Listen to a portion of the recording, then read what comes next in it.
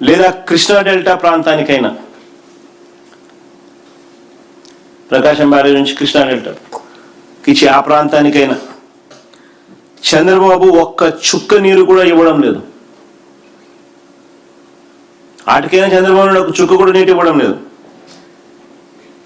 ఎంత దారుణంగా వ్యవహరిస్తా ఉన్నారంటే, మరో వంక నాగార్జున సాగర్ కింద పులిచింతల ప్రాజెక్టు, ఈ ప్రాజెక్టు టోటల్గా ఆంధ్రప్రదేశ్కు సంబంధించిన ప్రాజెక్టు. ఈ పులిచింతల ప్రాజెక్టులో లెఫ్ట్ రైట్ సెంటర్ ఇల్లీగల్గా లిఫ్టులు పెడుతూ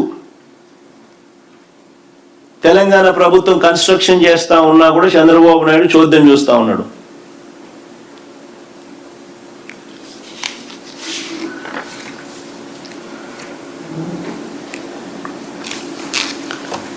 తెలంగాణలో చింతలపాలెం మండలం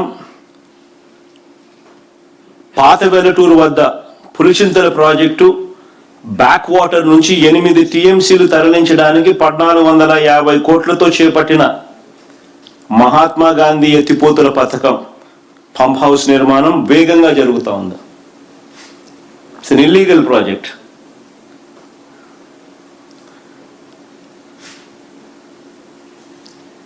చంద్రబాబు నాయుడు చోద్యం చూస్తా ఉన్నాడు.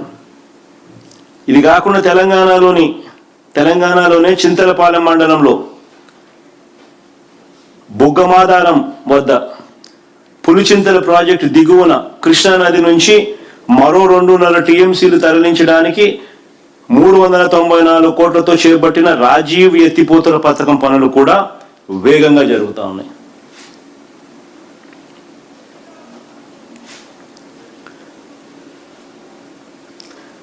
పులిచింతల ప్రాజెక్టు ఉన్న కెపాసిటీ దాదాపుగా 40-45 టీఎంసీలు, ఏకంగా 10-10.5 టీఎంసీల దాకా ఇక్కడే కనపడతా ఉంది. లిఫ్ట్లు పెట్టి ఎత్తే కార్యక్రమం మనకల్లా ఎదుటే కనిపిస్తూ ఉంది.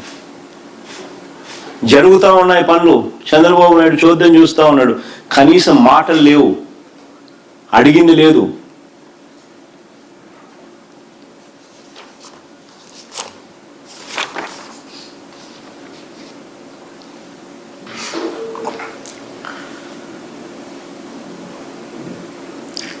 ఇది ఇరిగేషన్కి సంబంధించి ఇంత దారుణమైన పరిస్థితిలో రాష్ట్రాన్ని చంద్రబాబు నాయుడు గారు నడుపుతా ఉన్నారు అనేది ఒక ఆస్పెక్ట్ అయితే, ఇక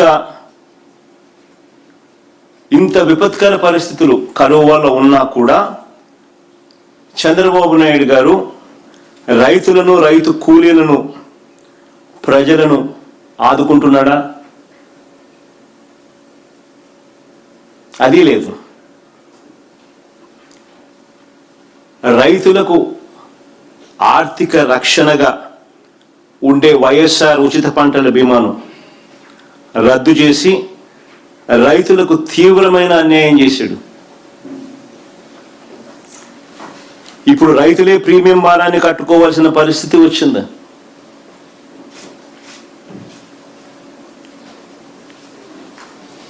ఈ పంటల బీమా పథకం నిజంగా ఎంత దారుణమైన పరిస్థితిలో, ఎంత దారుణంగా ఉంది అని చెప్పడానికి ఒక చిన్న ఉదాహరణ.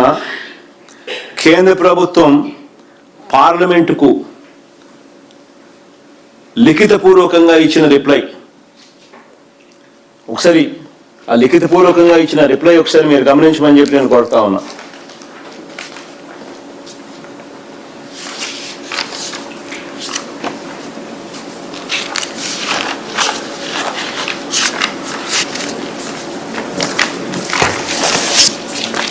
రెండు 2022-23 ఖరీఫ్ సీజన్లో 2022-23 ఖరీఫ్ సీజన్ అంటే మా ప్రభుత్వ హయాంలో 2022-23 ఖరీఫ్ సీజన్లో 1,18,00,000 దరఖాస్తులు ఉచిత పంటల బీమాకు వర్తిస్తే